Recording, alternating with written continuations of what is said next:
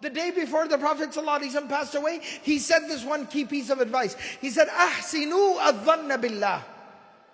Ahsinu adh-dhanna billah."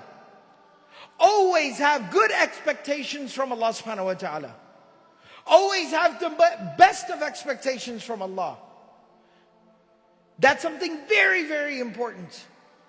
We are struggling. We are dealing with some spiritual bleakness. People lack hope. People don't see any lights on the horizon. We need to renew our iman, renew our faith, and know who we believe in, and His might and His power and His greatness.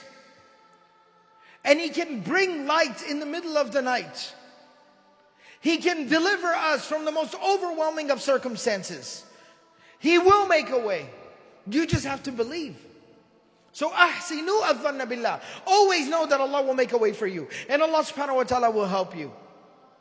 And then another very powerful message, concluding message from the life of the Prophet sallallahu alaihi wasallam. Pray your salah, give your zakah, and look after, fulfill the rights of the people that you are responsible for. This is the balance that we have to learn to strike in our lives. Maintain your relationship with Allah. And the primary form of that is keeping up with your prayers. And then secondly, take care of the people, value the people, cherish the people. Care for the people that Allah subhanahu wa ta'ala has given you responsibility over. We will be asked about it. We will be accounted for it. There is a reckoning that is coming. And Allah subhanahu wa ta'ala will readily forgive our indiscretions in regards to Him. But when we violate other people's rights, that's something that won't be so easily forgiven. We will be held to account for it. Fix your character. Repair your relationships.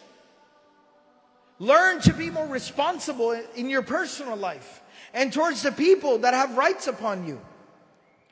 And lastly and finally, when the Prophet sallallahu alaihi wasallam, he went a week before he passed away, he called one of the other people, who was another freed slave. The Prophet ﷺ had freed him, and so he was very close to the Prophet ﷺ.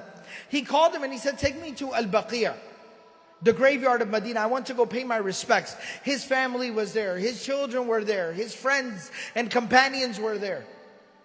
So he said, "I want to go pay my respects one last time." And he helped him walk, and he went all the way to the graveyard and paid his respects there. And afterwards, as he was walking back, he says to the man who's helping him walk, that Allah subhanahu wa ta'ala gave the slave a choice. He gave me a choice to continue to live in this world, or to depart from this world and go and be with Allah.